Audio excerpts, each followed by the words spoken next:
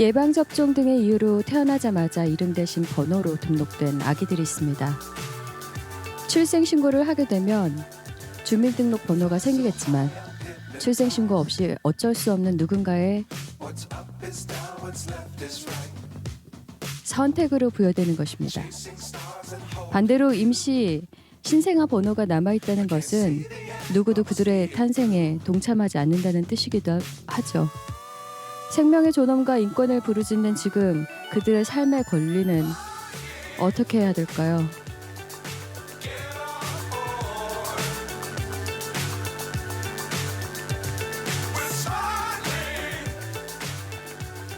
안녕하십니까. 콜속 터미널님, 모이지님, 봄님이시죠? 그리고 너울님, 고양이님 안녕하세요. 안녕하세요. 안녕하세요. 네, 안녕하십니까. 반갑습니다. 네, 반갑습니다. 자, 오늘의 첫 기사는 저의 기사로 시작하겠습니다. 저는 살짝 좀 암울한 기사이긴 한데, 네, 좀 저의 입장에서 엄마로서 너무 가슴 아픈 기사여가지고 이 기사를 선택했습니다. 두 아들 살해하고 뒤늦게 자수한 엄마, 유령아동 전수조사의 아빠. JTBC의 뉴스였고요. 11월 15일자, 죄송합니다. 13일자 기사네요. 두 아들을 출산 직후 살해한 엄마가 뒤늦게 경찰에 자수했습니다. 인천경찰청은 살인 혐의로 30대 중반 여성을 붙잡아 조사 중이라고 오늘 13일 밝혔습니다. 결혼하지 않고 아이를 가진 이 여성은 2012년 9월 병원에서 출산한 뒤 하루 만에 퇴원했습니다. 그 직후 서울 도봉구 집에서 아이를 살해해 인근 야산에 묻었습니다. 2015년 두 번째 출산한 뒤에도 이틀 만에 인천 연수구 자택에서 살해해 인근 야산에 매장했습니다.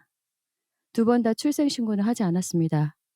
이 여성은 지난 9일 저녁 경찰에 찾아와 2012년도에 출생한 출생 미신고 아동 관련해 자수할 일이 있어 왔다는 취지로 진술했습니다. 조사 결과 두 아들을 잇따라 살해한 정황이 드러났고 어제 오후 구속됐습니다. 경찰은 지자체에 유령 아동 전수조사가 시작되니 압박을 느껴 자수한 것으로 보인다라고 밝혔습니다. 둘째 아들의 시신은 지난 10일 인천의 한 야산에서 발견됐습니다. 경찰은 서울 도봉산 인근에서 첫째 아들의 시신을 수색 중입니다.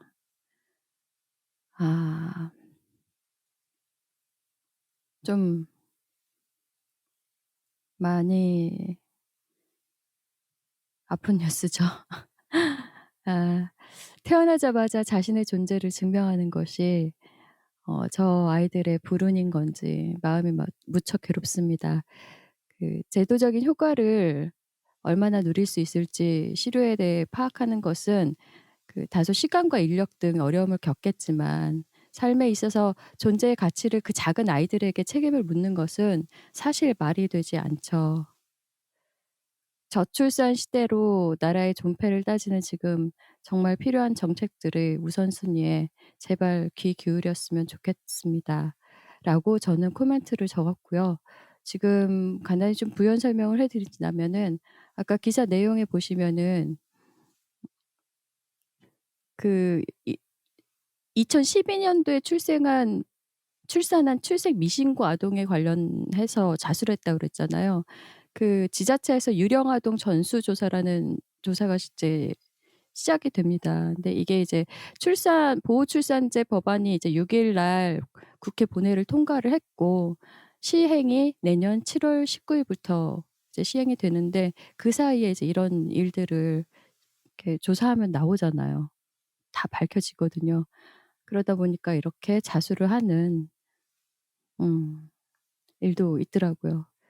너무 아픈 기사입니다만 그래도 여러분들도 아셔야 할 것 같고 단순히 미혼모다 그냥 옆집에 사는 누구 임산부가 있지 정도로 보지 마시고 한 번이라도 이렇게 좀 관심 있게 눈여겨보시고 도와주실 수 있는 분들이 분명히 있을 것 같거든요. 이웃의 관심이 정말 필요한 그런 상황이 아닌가 싶은 생각에 이 기사를 선택하여서 가져왔습니다. 제가 너무 무거운 기사를 가져와서 어떠세요? 자, 아버지로서 터미널님 마이크 여셨는데 어떻게 들으셨습니까? 뭐 이거는 사실 이제 신생아 유기 네. 음 그다음에 이게 사실상 살인까지 되는 유기와 살인은 명백히 좀 다르긴 하지만 인제 살인 그다음에 하나 더 이제 최근에 있었던 뉴스긴 한데 그것도 엄마가 방치한 경우 그러니까 네.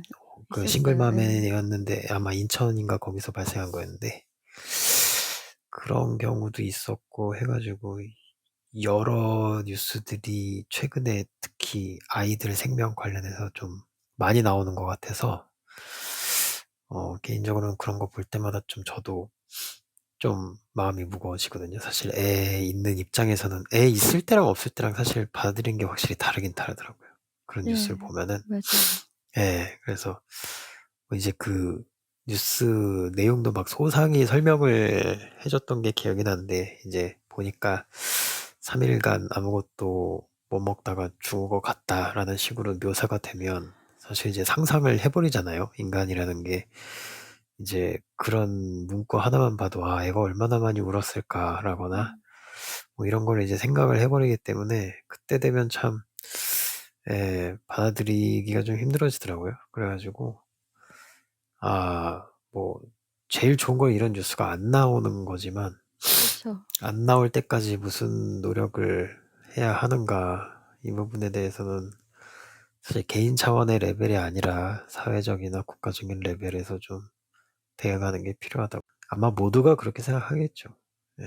그러니까 내년에는 정책이 이제 실효가 된다고 하니까 네. 그나마 예 쪼끔 안심은 되는데 그 사이에 뭐 1 년이란 시간이 또 있으니까는 그때까지는 그래도 조금 더 저희도 지켜보고 그리고 보완해야 될 것들이 보이면은 바로바로 좀 이렇게 보완할 수 있고 그랬으면 좋겠어요.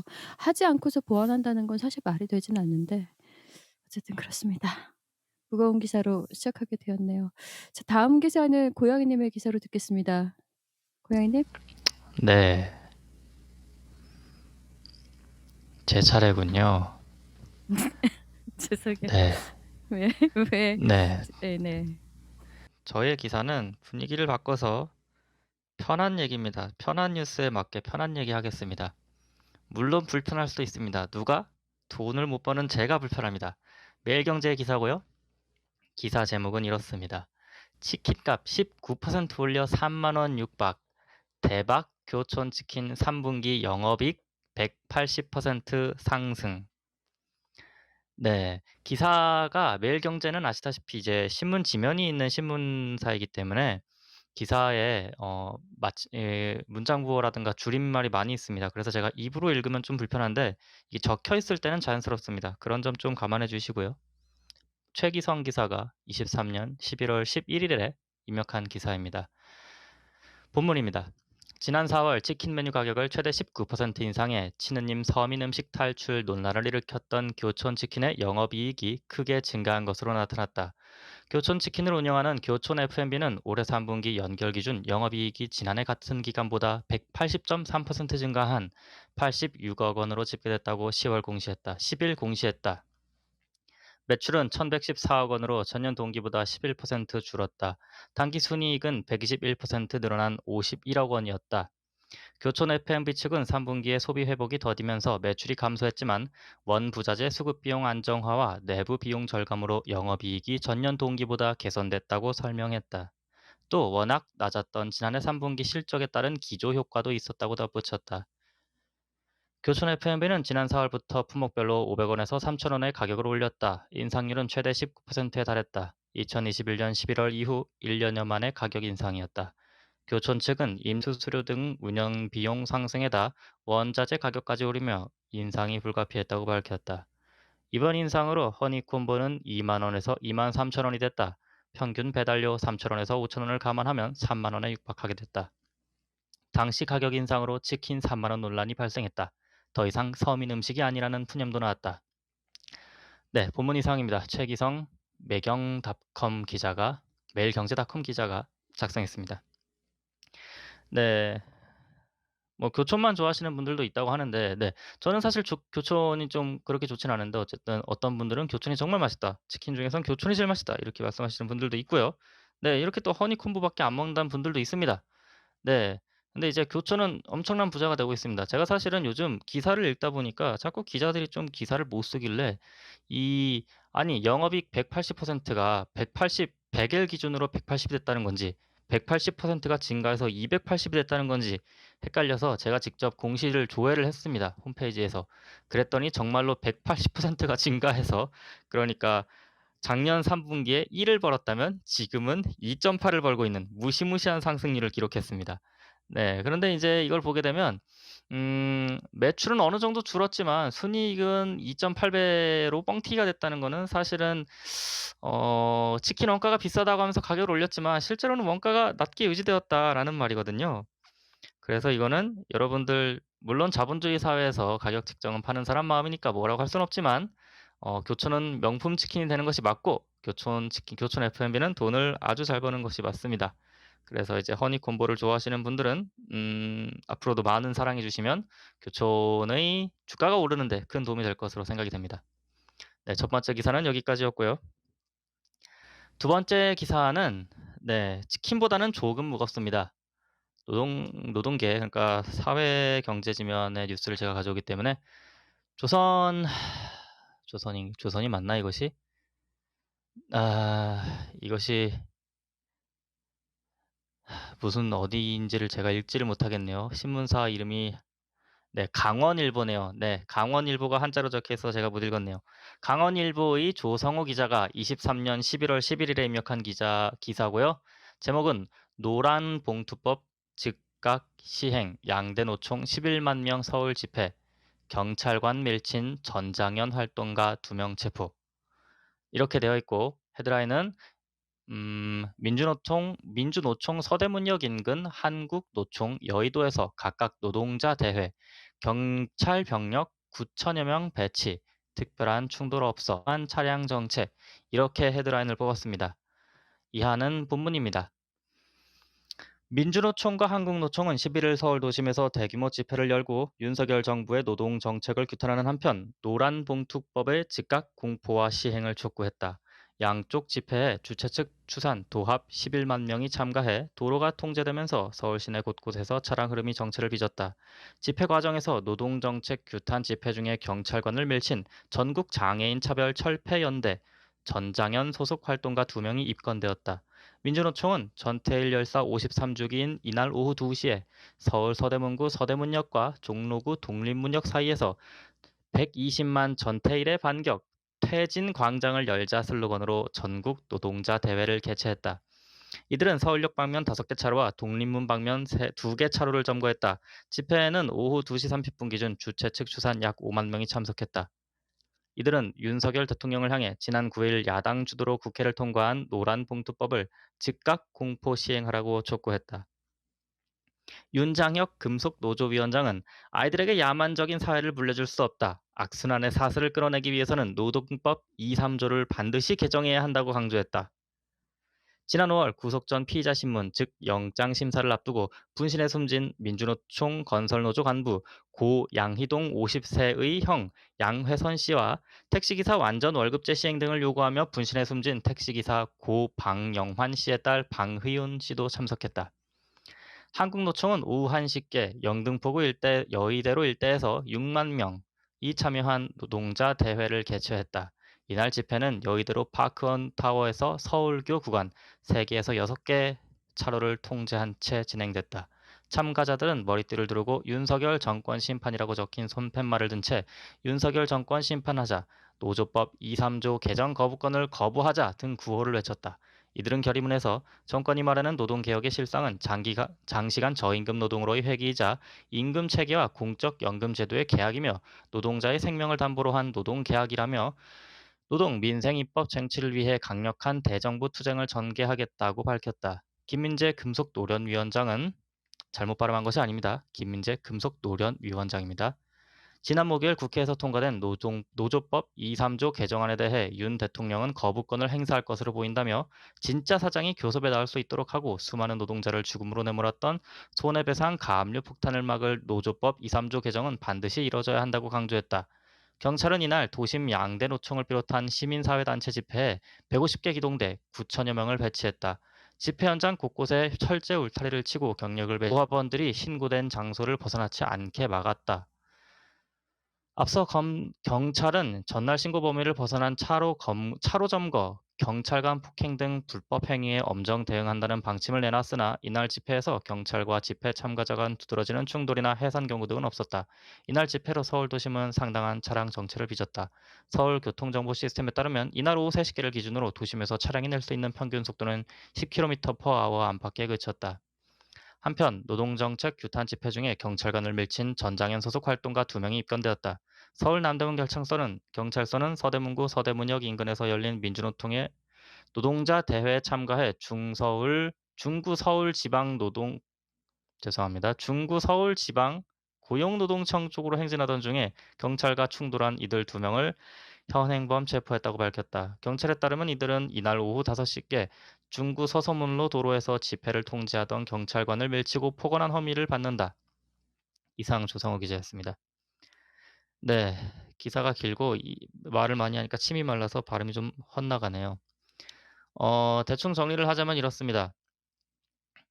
서울에서 두 군데로 쪼개서 대략 집회 측이 주장으로 11만 명 규모의 시위가 발생을 했고 이것의 핵심적인 취지는 노란봉투법 통과를 요구하는 대규모 시위인데 노란봉투법은 노동쟁의의 범위를 원청에까지 확대를 하고 노동쟁의가 가능한 사항을 노동계약 이외에 노동조건에 영향을 끼치는 것으로 확대, 그리고 또 노동쟁의의 뒤에 사측이 가하는 손해배상 요구에 대한 완화 등을 골자로 합니다. 한마디로 말해서 노동운동을 하는 것을 더 강력하게 하린다 이런 말이죠. 좀 관련된 기사를 찾아보니까 민주당이 다수당일 때는 통과를 안 시키다가 윤석열 정부 시점이 되니까 민주당이 이걸 통과를 좀 강하게 추진을 했다고 합니다.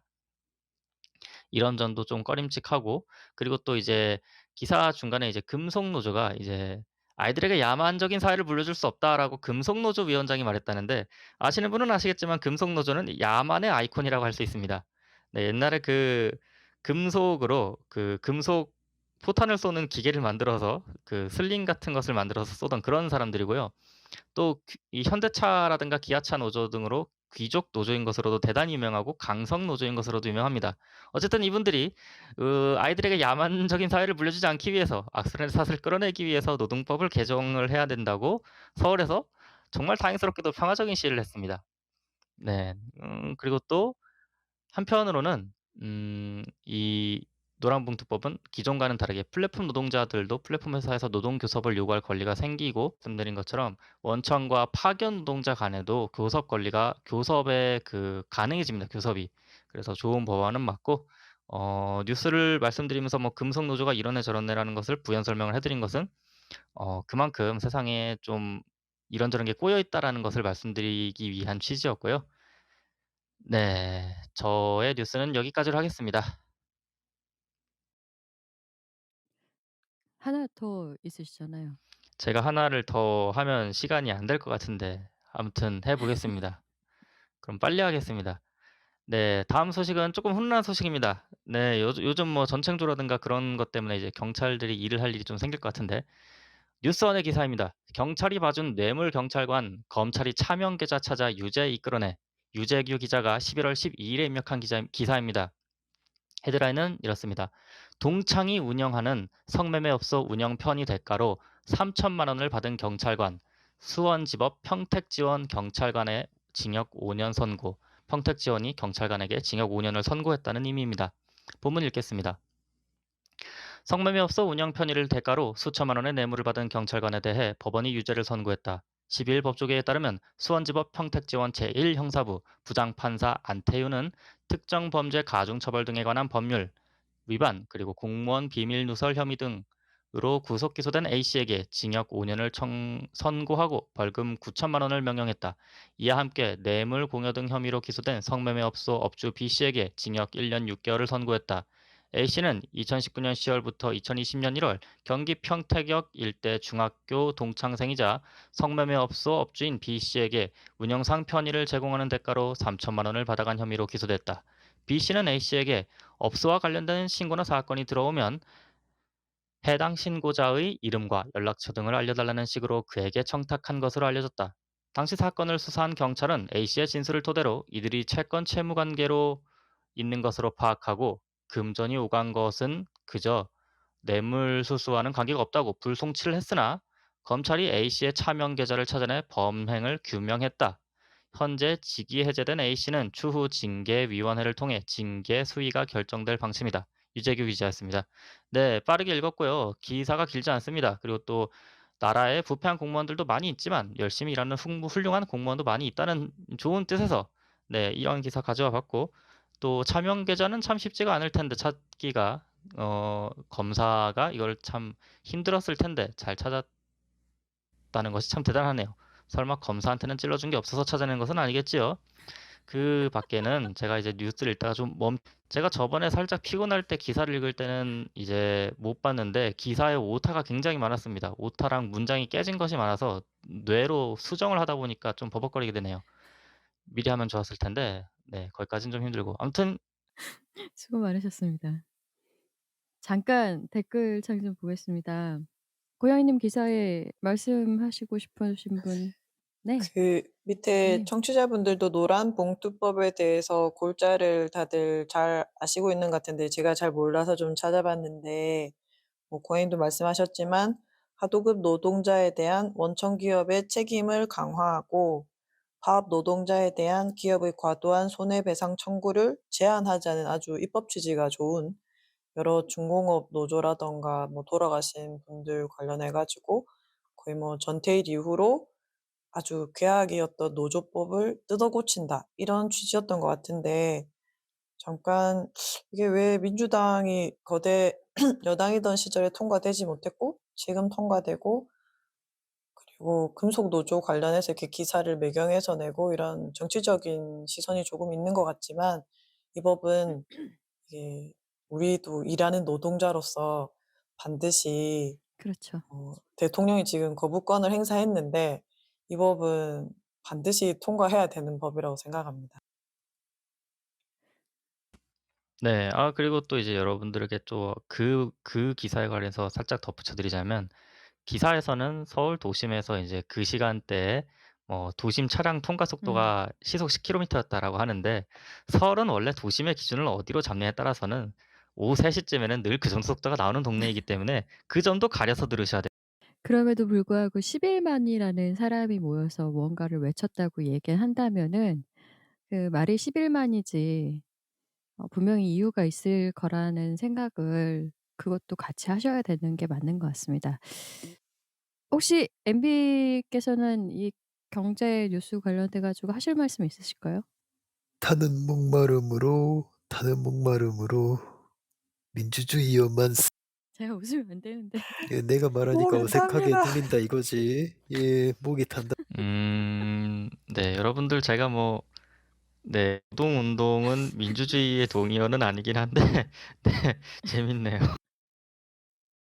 아니 기사를 3개나 해서 아. 목이 탄다 이 말씀인 것 같습니다. 네. 제가 좀 목이 타긴 하네요. 네. 여러분들 저에게 협찬해 주시면 생수라도 사 마시겠습니다. 다 들으셨죠? 자, 저는 그 사이에 잠깐 댓글들을 좀 읽어 드리겠습니다. 다들 뉴스에 찰떡 목소리. 갱제 체크해야죠. 예, 경제 뉴스 갱제 체크해야죠. 교촌만 먹는데. 네. 별이 오고 가고 있습니다. 감사합니다. 대신 말씀드리겠습니다. 허니콤보밖에 안 먹는다. 프링클 달아서. 자, 또 자, 치킨들을 다양하게 드시는군요. 그리고 부정적인 면 위주로 서술한 기사다. 노란 봉투법. 아이러니하다. 모순 그 자체다. 고양이는 불태우셨다. 왜 국힘을 대변하는 기사로 보일까요? 아닌 척하면서 좀 그렇게 보이죠, 살짝. 그리고 바로 원청에 전달하겠다. 원청이라 하면 여기서 그쵸. 여기 미음, 니은, 치은 뭐죠? 이응, 디귿 이거 뭔가요? 그 좀 제대로 써 주시길 그러면 저한테라도 이렇게 개인톡으로 좀 알려주세요. 궁금해요. 자, 다른 분 더 하실 말씀 있을까요, 혹시? 고양이님 기사에? 그 없는 것으로 하고. 교촌 네. 치킨 관련해서 말씀드리고 싶은 게 네네네. 확실히 전략적으로 대성공이 아니었나 정말 그쵸. 네, 그렇게 생각합니다. 그 아시는 씁쓸하지 분들은 않습니다. 오히려. 예. 오히려 저 축하하고 싶습니다. 예. 어느 편이시죠? 치킨 예, 교촌주 주신 여기서 것 안 같고 드신다. 네. 이게 저희 지금 치킨 그 업계에서 뭐 생산, 판매? 브랜드 이미지 이런 거는 교촌이랑 BHC 이런 게 밀리고 뭐 싼 치킨들 60개 이런 게 뜨고 있지만 그래도 대세는 BHC랑 그쵸. 교촌인데 교촌이 한 마리 3만 원 하면 이제 치킨을 사 먹지 말고 에어프라이어에 튀겨 먹으라 이런 소리를 그 예전에 기사 어떠한 경제 관련 기자님의 기사를 본 적이 있었어요. 59일짜리 치킨을 그러니까 닭을 사용하는데 이게 왜 59일이냐? 사료값을 절약하고 그리고 닭이 작으니까 양을 늘릴 수 있겠죠, 판매했을 때. 그리고 회전율이 빠르다는 것은 그만큼 또 다른 이익이 되겠죠. 그래서 그 옛날 통닭을 먹었을 때는 쫙 펴면은 거의 닭이 뭐 어른의 등만한 등은 좀 심했나요? 하여튼 그렇게 펼치면은 먹을 만한 곳이 굉장히 많았었어요. 그런데 교촌치킨은 아시겠지만 타조냐고요? 지금도 그렇게 판매하는 곳은 판매합니다. 그런데 교촌은 예 현저하게 차이가 많이 나긴 하죠. 왜 그럴까요? 자, 다음 기사는 어느 분의 기사일까요? 누구시죠? 죄송합니다. 잠깐만요. MB님입니다. 아, 폭탄 네. 돌리기 맞았다. 화이팅. 예, 저는 오늘 3개의 기사를 매우 짧게 요약을 해서 말씀드리고 싶은 상황이고요. 원래 이제 기사라기보다는 기사긴 기사인데 이게 거의 르포 비슷하게 돼 있는 게 2가지 기사였고요. 나머지 하나는 그냥 블라인드에 있는 뻘글 퍼오신 실명 언급하겠습니다. 세계일보 김현주 기자님께서 직장인 커뮤니티 블라인드에서 화제가 된 글을 퍼오신 기사가 있어요. 근데 이제 제목이 32에서 35세 여성들은 결혼이 너무 불리한 이유 뭐 이렇게 돼 있는데 사실 이건 그냥 웃자고 퍼왔고 근데 웃자고 가져온 것도 있지만 이게 사실은 현상을 딱 적확하게 보여주는 거여서 그래서 이거 하나랑 나머지 2개는 좀 깊게 판 기사인데 매일경제 신윤재 기자의 남자는 돈 없으면 결혼을 못해. 이 나라 저출산 구시대적 생각이 부추긴다. 이제 한중일 토파보기라는 코너가 있는데요. 매일경제. 사실 이 코너가 좋은 기사가 많이 나와서 이 부분 소개해 드릴 겸 가져와 봤고 3번째 기사는 BBC의 싱가포르 지점에서 판왕 기자가 쓴 기사입니다. 상당히 이제 제목이 반어법적인데 영어로는 Powerful Ally, The Party 이렇게 되어 있습니다. 가장 강력한 동맹 당이다. 근데 사실은 그 당을 까는 기사입니다. 어떤 당인지는 이제 중국 공산당이다 이렇게 설명을 드립니다. 이건 11월 11일에 나온 기사입니다. 3 기사 모두 혼인 문제, 출산 문제를 이야기하고 있습니다. 그래서 종합적으로 기사 내용을 일일이 말씀드리는 것보다 종합적으로 말씀드릴 자면 지난해 통계만 보면 일본의 합계 출산율이 드디어 17년 만에 1.3선이 붕괴됐습니다. 이제 1.26을 기록했고 한국은 뭐 더 이상 말씀 안 드려도 또산율이냐 소산율이냐 나오기 때문에 0.7에서 이제 0.6을 바라보고 있죠, 올해. 예, 아마 제 생각엔 0.6이나 아니면은 더 나아질 것 같지는 않습니다. 그리고 지난해 중국의 경우는요, 중국도 사상 최저치 1.07로 떨어졌고 인구 역시 60년 만에 처음으로 감소, 등록 결혼 건수도 1986년 이후 683만 건으로 이렇게 낮은 적이 없었습니다. 그래서 세 나라 모두 다 어떻게 보면 지금 인구 문제에 있어서 되게 큰 벽을 만난 셈인데, 일단 일본이랑 한국이 제일 닮았으니까 말씀을 좀 드려보면, 기혼 여성의 1인당 출생아 수는 일본에서는 변화가 없습니다. 과거와 별반 변화가 없는데, 문제는 기혼 여성 자체가 줄어든다는 겁니다. 왜냐하면 돈을 못 벌어서입니다. 돈을 못 벌어서인데 여성이 돈을 못 벌어서가 아니라 남자가 돈을 못 벌어서 결혼을 못하는 겁니다. 이게 상당히 사회적으로는 금기시되는 생각이기도 하고 주장이기도 하지만 결국은 남자가 돈을 벌어야 여자가 결혼을 한다라는 결론으로 봉착이 되는 거 아니냐 라는 골자의 기사고, 한국도 이 길을 그대로 따라가고 있는 것 같다라는 식으로 나와 있는데요.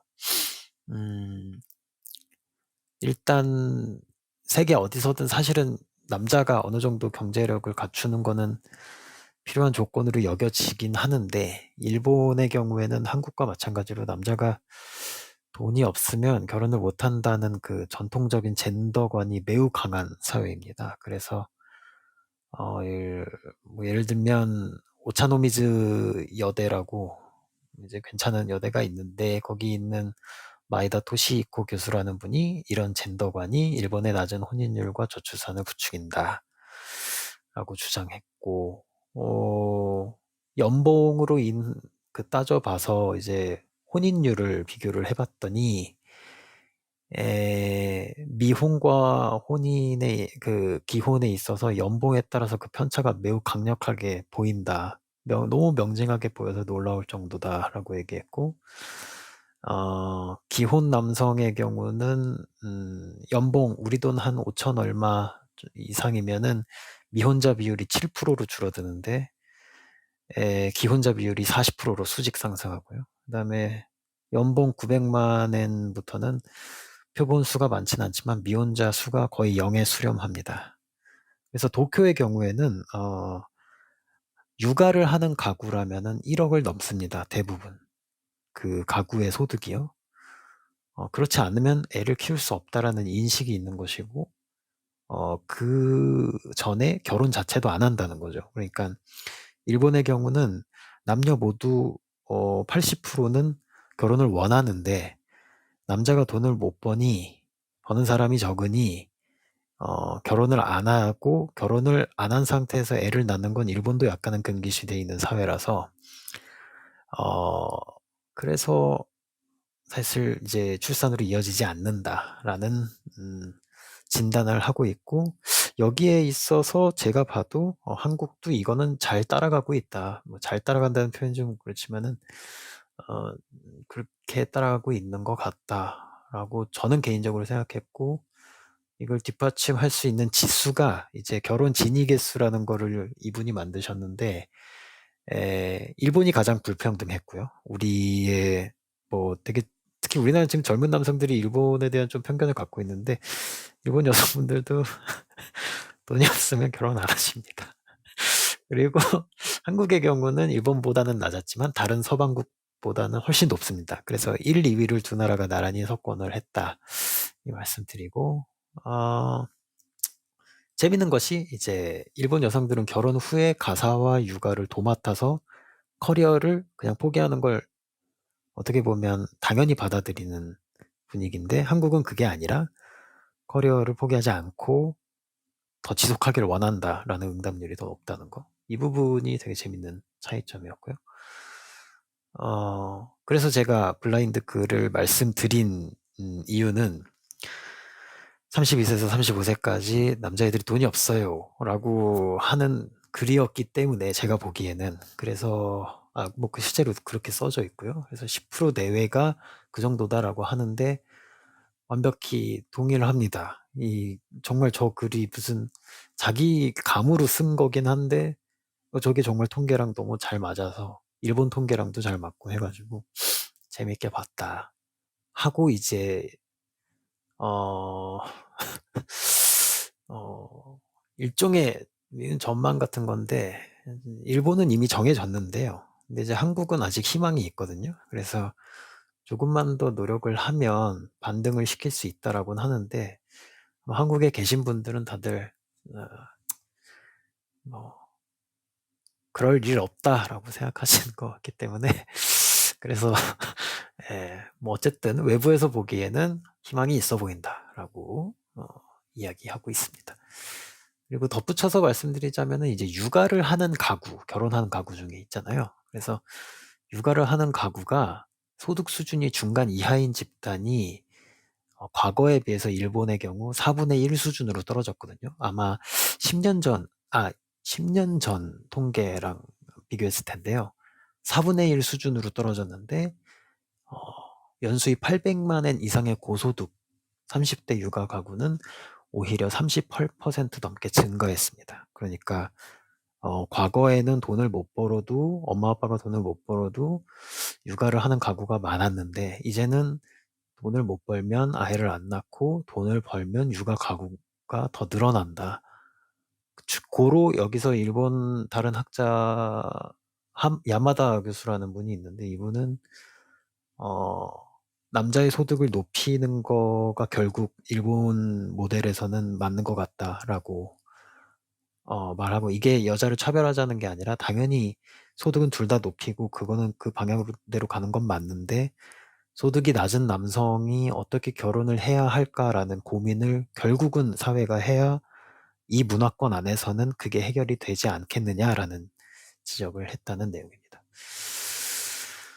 예, 저도 일정 부분은 동의합니다.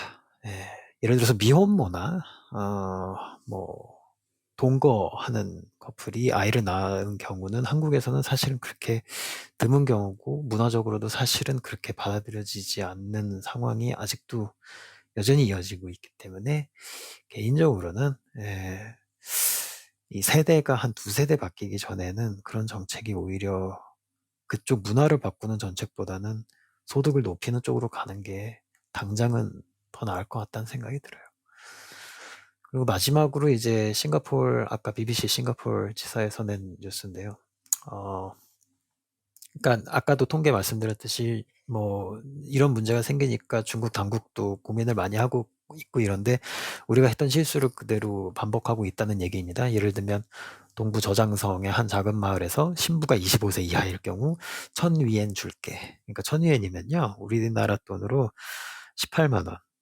네, 욕은 안 했는데 욕같이 들리는데 그 정도 되거든요. 근데 이게 지역 주민들을 경악하게 만들었다. 야, 진짜 얘들이 생각이 없구나 라고 했고 그다음에 이혼을 원하는 부부들을 위해서 30일간 냉각 기간을 주는 그러니까 30일간 생각할 사주해 봅시다라는 그 신구 선생님의 그거랑 똑같은 건데요. 근데 이게 더 제도적으로는 좀 우리보다 딱딱한 것 같아서 이 부분이 개인의 선택을 매우 제한하는 거 아니냐. 그리고 가정폭력에 직면한 여성에게 해를 끼치는 거 아니냐. 이런 우려가 있다고 하고 결혼 집참금 상한. 그러니까 너무 높은 결혼 집참금을 요구하지 마라. 네, 제가 중국에서 3년 반 살았었는데 시골에서 한국 남자보다 중국 남자가 훨씬 불쌍합니다. 제가 보기에는 집, 차, 결혼 집참금 다 요구를 받기 때문에 이건 진짜 좀 너무 비이성적으로 보일 때도 많았고 했는데 중국 당국에서 이거 이제 그만해 라고 이제 조치를 취했다는 거죠. 근데 이제 여기에 대해서도 얘기하는 게 이거 금지해봤자 효과 없을 거다. 왜냐하면 신부에 대한 그 지참금 없어도 남자들은 여전히 경쟁할 것이고 집 자동차가 아닌 또 다른 걸 가지고 구애를 할 것이기 때문에 라고 경제학자 리징쿠이라는 분이 얘기했다고 하고요. 기본적으로 정부 관리들이 기본적으로 이제 아내가 다 있기 때문에 아내 없는 미혼 남자들의 고통을 몰라요. 라고 얘기하면서 뭐 꼬집고 있고요. 마지막으로 이 기사 말미를 장식하는 것이 이제 상하이에서 일하는 시골 출신의 캐시 티안 씨의 경우를 얘기하고 있는데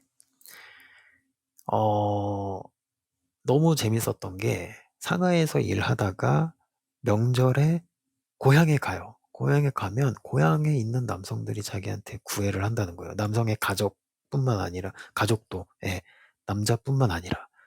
근데 그때 내가 느끼는 건 난 상품성이 있어라는 거죠. 그래서 나는 결혼을 서두르지 않아도 돼. 왜? 나는 언제든 갈 수 있어.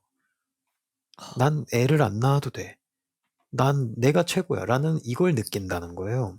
그래서 오히려 결혼 시기가 더 늦춰진다는 거예요. 그렇기 때문에 출산율이 더 떨어지죠. 제가 일본에 있을 때 느끼는 건 뭐냐면 엄마가 너무 젊어요. 너무 이뻐. 나 이런 말 해도 되는지 모르겠지만 유부남으로서 아니 어떻게 저분이 애를 둘이나 데리고 계셔? 또 몸이 어떻게 저렇게 유지를 하셨어? 라고 생각을 하는데 이게 내가 한국인이니까 한국 기준으로 저분은 당연히 30을 넘겼겠지 라는 생각을 하고 있기 때문이 아닐까. 그러니까 20대 후반에 애를 둘을 데리고 있다는 건 이건 사실은 저는 매우 물리적으로 매우 큰 어드밴테이지라고 생각하고 있기 때문에 이거 자체가 늦은 결혼이 출산율을 떨어뜨리는 주된 원인인 것 같고 늦은 그 결혼을 막기 위한 최선의 조치를 제가 봤을 때 아시아에선 해야 된다라는 생각을 했습니다. 뭐 다른 사례도 있는데 뭐 예를 들면 이제 중국에선 최근에 이제 애를 안 낳는 조건으로 손을 보는 여성분들이 많아졌다고 해요. 그러니까 제가 보기에는 2010년대에 지금도 그렇지만 2010년대에 한국 여성분들이 저는 그랬던 것 같아요. 특히 그때 약간 트렌드라고 하긴 뭐한데 아이를 원치 않는 어떤 그런 분들이 되게 많았었는데 지금도 많겠지만 그게 약간 불기 시작한 것 같고 중국에서도.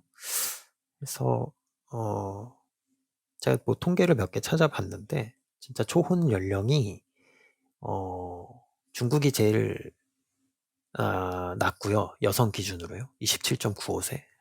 일본은 29.4세. 한국은 30세를 넘어가고요.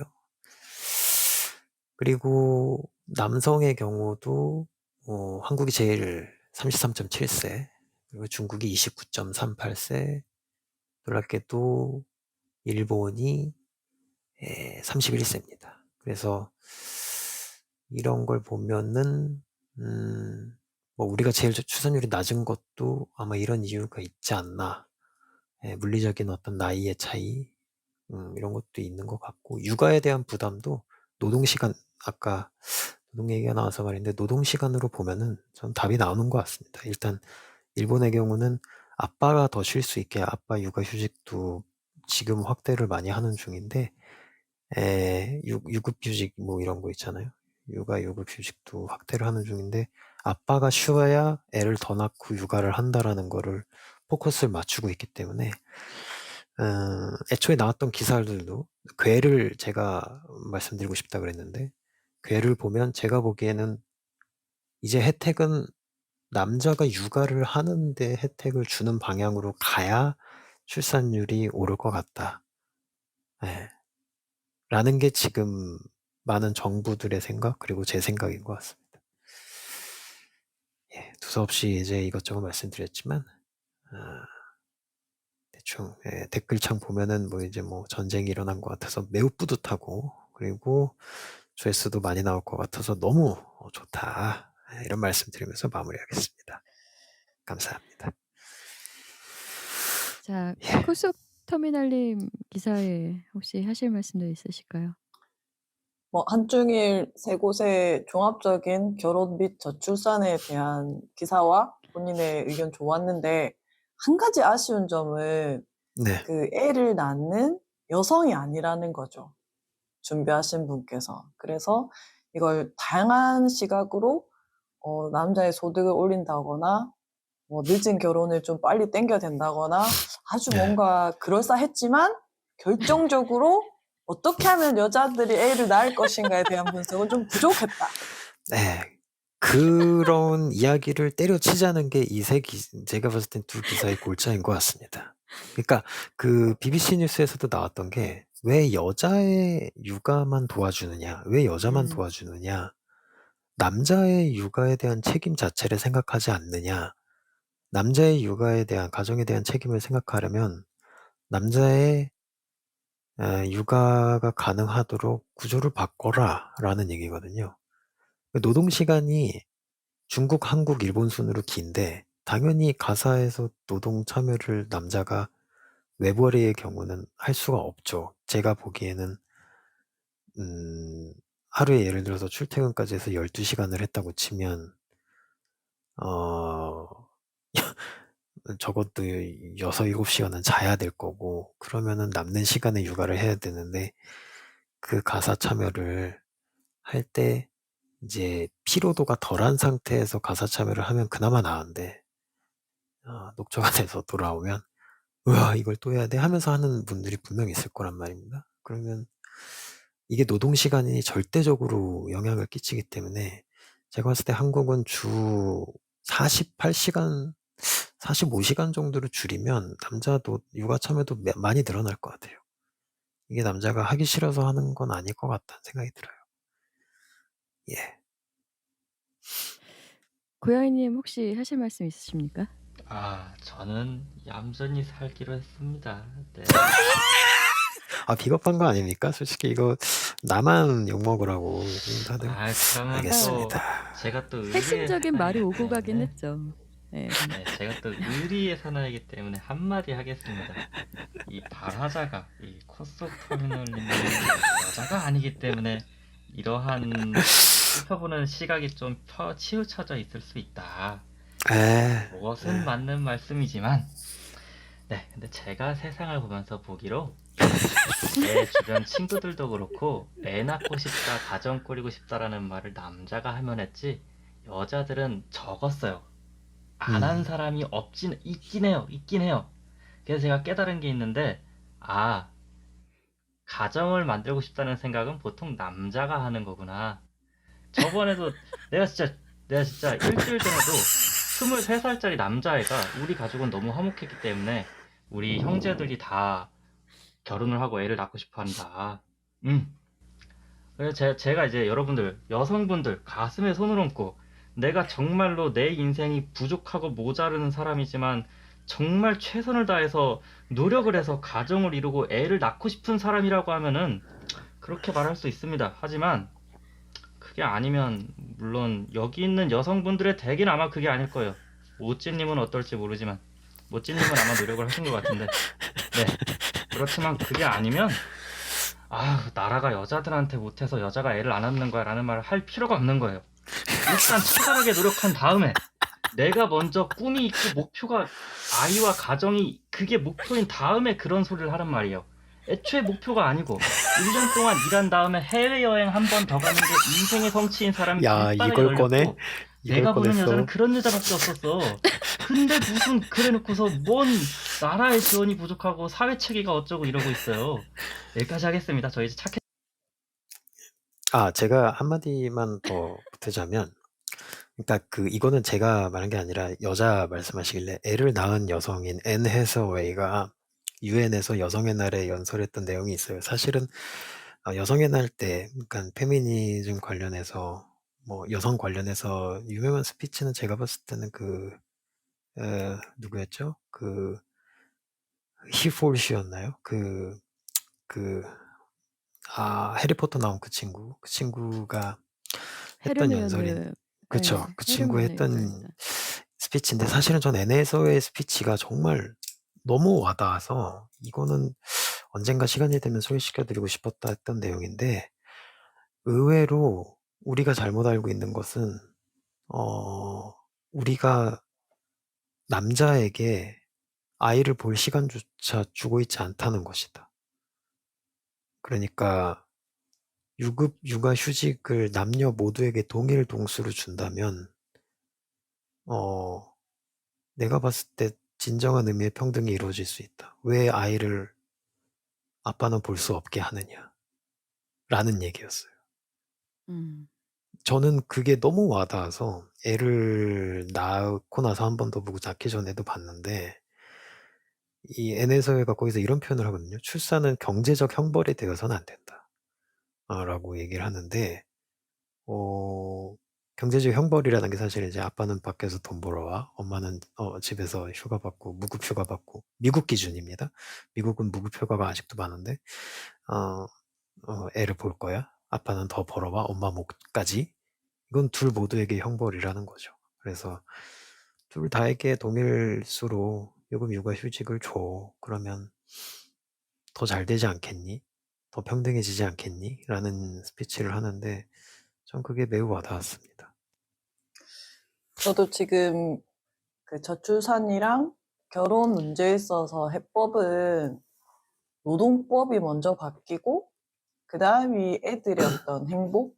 그게 보장이 돼야 여자들이 애를 낳을 거라고 생각하거든요. 지금 뭐 나라에서 뭘 해줘야 여자가 애를 낳는다 이런 게 아니라 말은 좀 안 되는 것 같아요. 살기 좋은 이상해. 세상이 돼야 된다. 그렇죠. 그런 말이.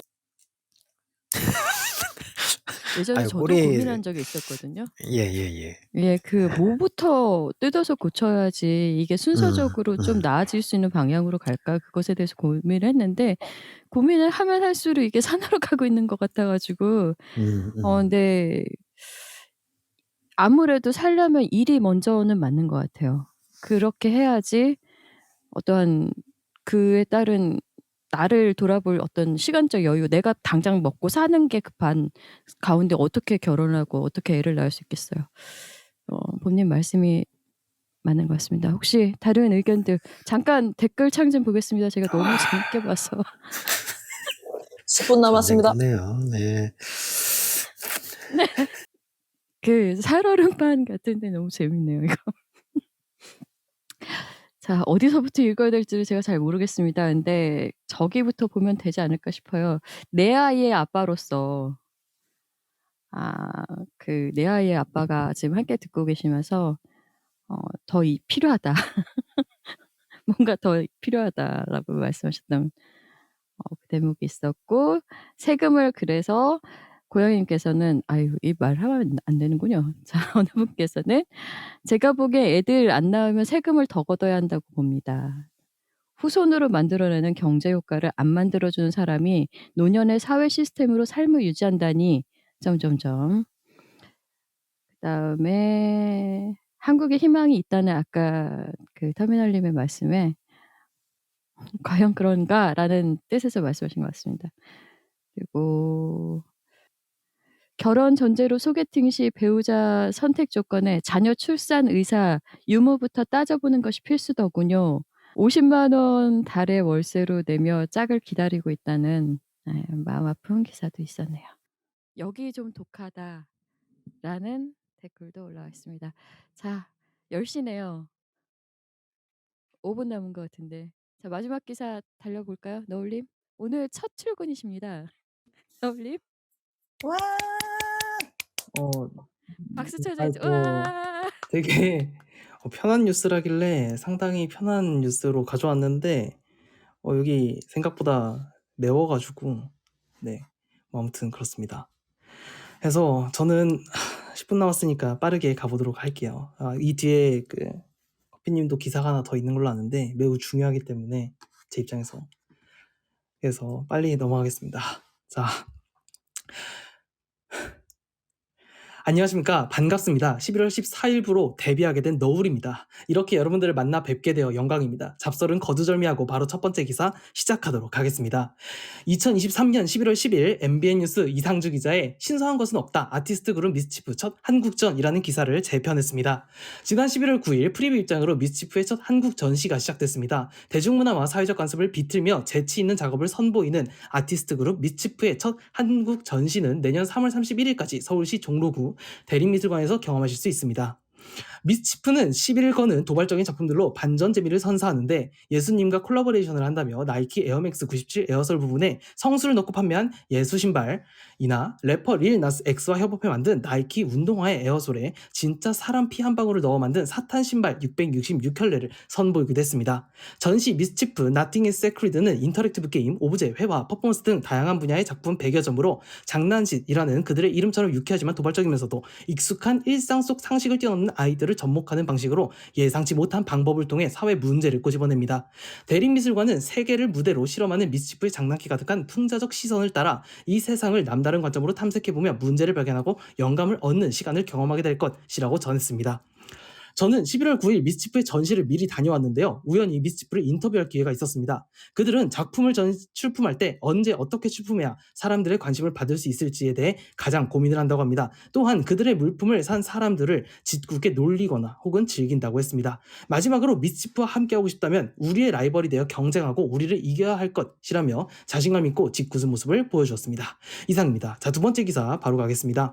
조금 편한 기사입니다. 2023년 11월 14일 매일경제 이상주 기자의 수능 코앞 제자들도 난리 났다 잠실에 나타난 유명 1타 강사의 정체 2023년 11월 13일 스타투데이 이다겸 기자의 수능 D3 2024학년도 수험생 아이돌은 누구 두 기사를 완전 짧게 재편해서 말씀드리도록 하겠습니다. 11월 14일 야구 LG 11월 13일 월요일입니다. 죄송합니다. 정정하겠습니다. 11월 13일 월요일 LG 트윈스가 KT 위즈를 꺾고 우승을 차지했습니다. 29년 만에 우승했으며 팬들과 함께 승리의 소감을 나눴습니다. LG 팬분들 축하드립니다. 두 번째, 수능이 얼마 남지 않았습니다. 이제 수능이 오늘을 제외하고 이제 내일 하루 남았습니다. 다가오는 수능날 따뜻하게 마음 편하게 보시면 좋겠습니다. 목요일 오후에 강수도 예보되어 있으니 참고하시기 바랍니다. 여러분 화이팅입니다.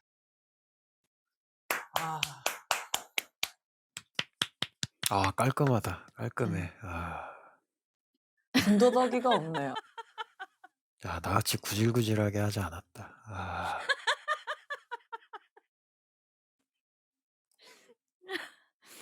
자, 10시 3분입니다. 되게 젊은 5분 피다운 기사 픽과 기사 낭독 앞으로도 좋습니다. 응원하겠습니다. 화이팅!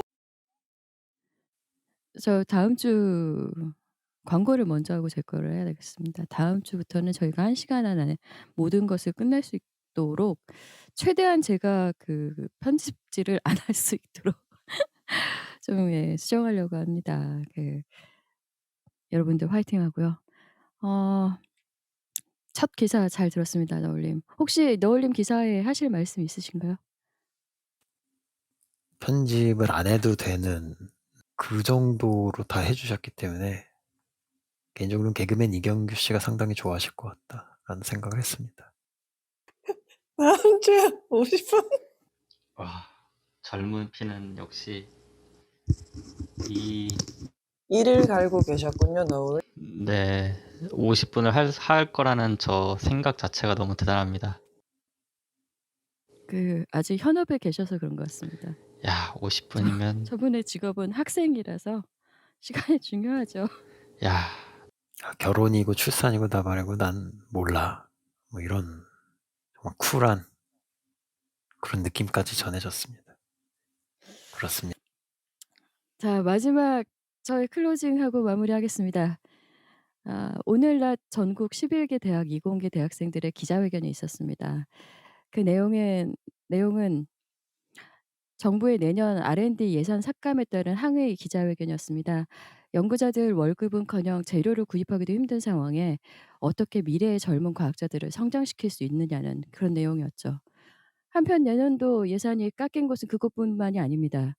역사 왜곡 대응 예산을 대폭 줄였으며 동부가 역사재단의 일본 역사 왜곡 대응 연구 예산은 올해 20억 원에서 내년 5억 3천만 원으로 4분의 1 수준이 됐습니다.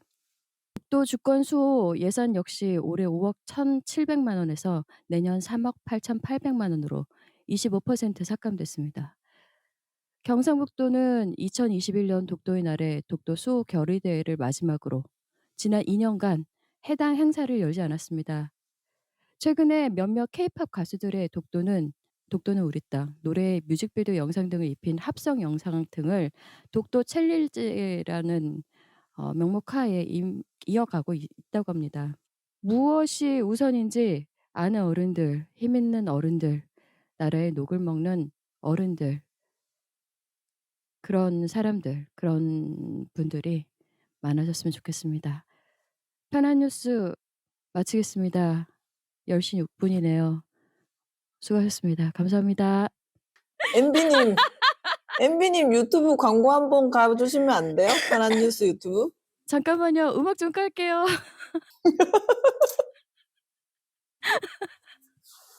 문제였는데.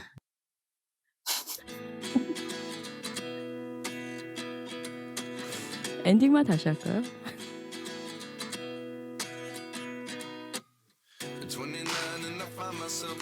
자, 광고 하나가 더 있습니다. 야, 좋아요, 구독, 알람 폭탄 좀 아저씨야. 다 가자.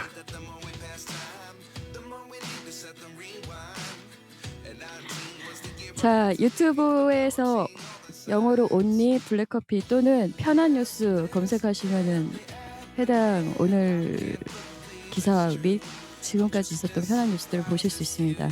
그 흐름의 캐스트에도 꾸준히 올리고 있으니 많은 관심 부탁드리고요. 저희들 오늘도 들으셨지만 나름 열심히 준비하고 있습니다. 늘 무겁지만 편안하게 가볍게 그렇지만 가슴속에 깊이 박히는 뉴스들로 여러분께 다시 찾아뵙겠습니다. 좋은 밤 되세요. Life lessons come one in a dozen. The other 11 get something from nothing. I sit here looking for an answer. Maybe the biggest question was